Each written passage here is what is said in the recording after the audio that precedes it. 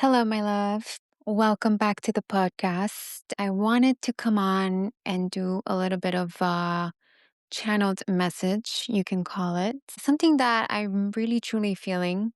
And I know I've spoken in a previous podcast about the energy of this year. And I will say it again. This is a very special year. It's a very passionate, fiery year. And I think that a lot of us, especially if you're listening to this, we've been preparing for this year. Okay. All the work, especially if you've been doing a lot of inner work, all the releasing of toxic connections, whether that's friendships or family connections or, lovers, ex boyfriends, whatever it is, husband. A lot of us have really been like transforming on a major level to get us to this point, which I actually wrote a Substack about, and I'm going to go deeper into it. And it's about our golden era.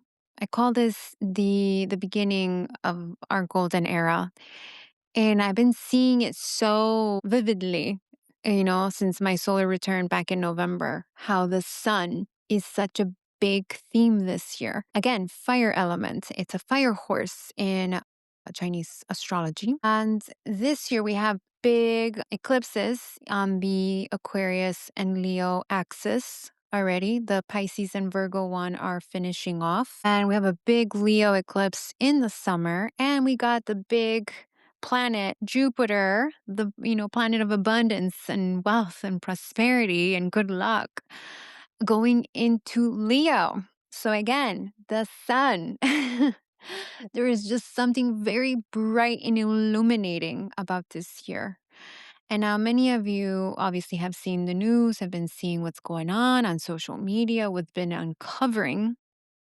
A lot of darkness has been showing up lately, but again, the sun, the lights, illuminates everything, not just the bad stuff, but it's also illuminating so much goodness, so much love and passion and courageousness and heart led things. And the message I have for you is that, you know, especially if you've been doing the work, this is definitely the year for romance and meeting that true divine partner for you. Because something I see a lot in my family and friends and people online is that too many people have been settling for mediocre. You know, people that I know, you know, and I are having like relationship issues. A lot of people are in subpar, mediocre relationships. But this is the year where many of those, toxic dynamics will crumble. They will have there will be no excuses anymore. Again, sun energy, golden energy, bright, beautiful golden light. Imagine that. Solar plexus. It illuminates all the bad stuff and it's gonna get rid of all of that bad stuff. I don't know how to explain it, but all those toxic flames, as I call it, I don't call it a twin flame, I call it a toxic flame. I don't really believe in that, that whole thing. And I'll have to make a completely separate episode about that and my thoughts and experience with that.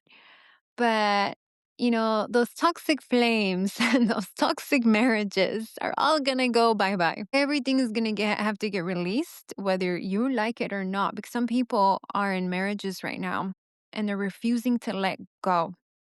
They're holding on because of money, because they have investments together, because of property, because it's uncomfortable, because they have kids.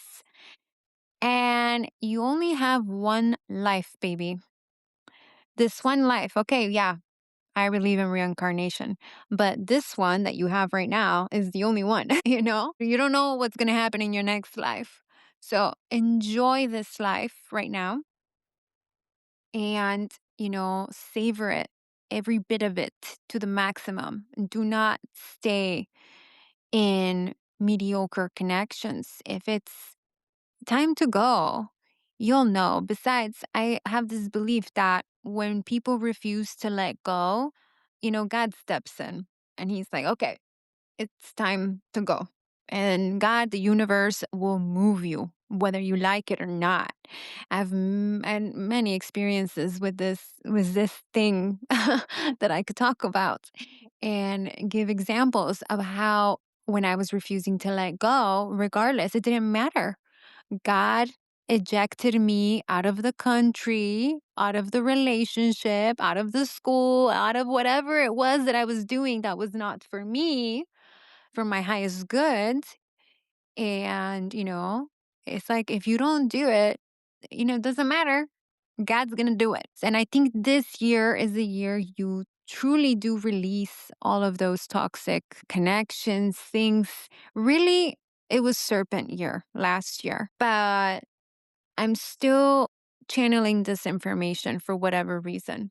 So if this is for you, it's for you. If it's not, this is not the episode for you. And I think that this is the year that you truly meet that true partner, those true friends that you are looking for, your soul tribe, people that get you, your true divine soulmate, the one that you're truly meant to create a legacy with, the one you're truly meant to have children with. Um, many of us have been single for many, many years now. We've had many different connections, but none of them were it. Those were all learning curves. Those were all lessons we were meant to learn.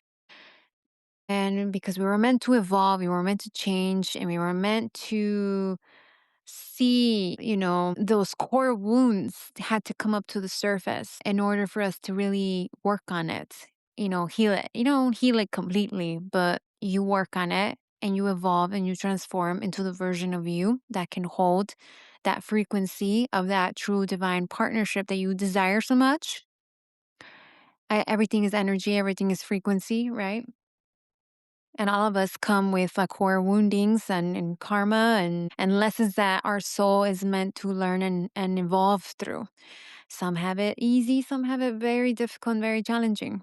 I'm not going to get into the whole tikkun subject, soul correction, and our past lives. That's, again, another episode, different subject, but yeah, it's deep stuff. But yeah, I just wanted to share a little bit of this message that I've been really feeling. And again, this fire horse energy, it's very fast, very passionate. Obviously, you have to ground yourself with this energy because fire energy can be unpredictable. It could be angry, it can be outburst, it could be, literal fire, you know. It's something that I think a lot of people didn't talk about when it comes to fire horse here. And it's like, be very careful with fire, like literally. Um, bonfires when you're cooking, don't leave candles unattended, stuff like that in your home. But of course, the element of fire is also connected to emotions and anger and rage and war and all these things. Of course, there's a shadow side and light side to everything.